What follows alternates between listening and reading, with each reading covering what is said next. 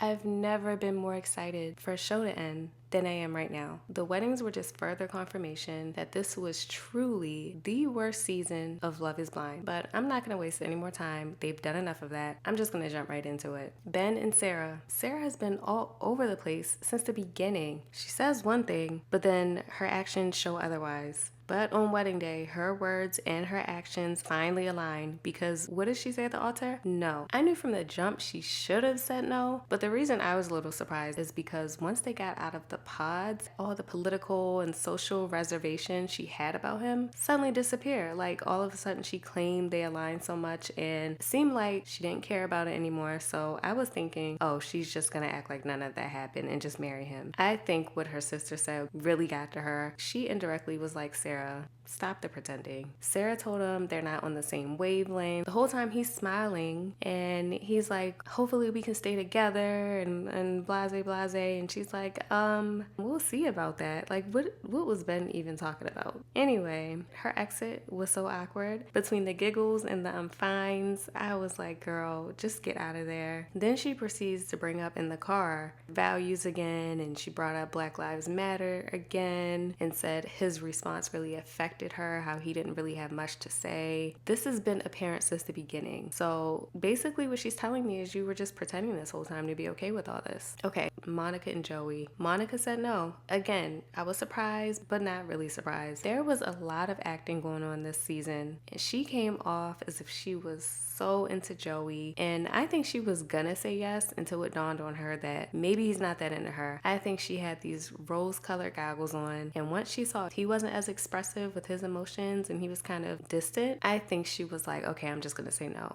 if I go first because I know he's gonna say no. She said no like she knew he was gonna say no, if you get what I'm saying. But yeah, even Joey was like, oof, glad you said that because I was gonna say no too. I think that was hilarious because he just was so nonchalant about it. Like, yeah, this definitely was not gonna work. You're right. So let's get into the part that shocked everybody, Devin and Virginia. It didn't shock me because this is exactly what I've been saying since the beginning. Virginia was never into Devin. Virginia said no, just like I thought she would say. She never really got super vulnerable with him. She brought politics up and said the communication around it is what she didn't like, not necessarily that they were on opposite sides, how he didn't want to talk about it. She also said there was no sexual relationship. I'm glad she said no and didn't get into something she didn't really want. But again, she was never attracted to him. She knew she wasn't going to marry that man. And I feel like she came up with these excuses instead of just being real about it. But then she slid in there that Devin didn't bring up a wedding present that was a check that somebody apparently gave them. And he planned to keep that from Virginia. What was that about? Hiding money from your soon-to-be wife?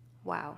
So Daniel and Taylor, shockingly, Taylor said I do. Like I said before, it always just felt like Taylor just was a little standoffish. But yeah, they both said yeah, they seem happy. They were the only couple that survived and made it. I don't even know if the producers would allow that. Like, what if both of them wanted to say no? Would they even let something like that happen? I feel like if it came down to a couple that wanted to say no and every other couple said no before them, I think they would tell them like, no, you gotta just say yeah because this is making our show look bad. Like, we have to have at least one couple that makes it. So that's how I feel about them. Could be wrong, but I'm just not feeling it. I don't know. The spiciest part of this entire thing was honestly the reunion trailer at the end. It looks spicy. It looks like Virginia's calling out Devin about all this stuff. Dave looks flustered. It looks like it's going down. So this is the only thing this season I've looked forward to because this has been boring and underwhelming. And that's all I got. So let me know if your predictions were right down below, and I'll see you back here for the reunion recap. My name is Kamara. Thanks for watching another episode of Screen Diaries. Bye.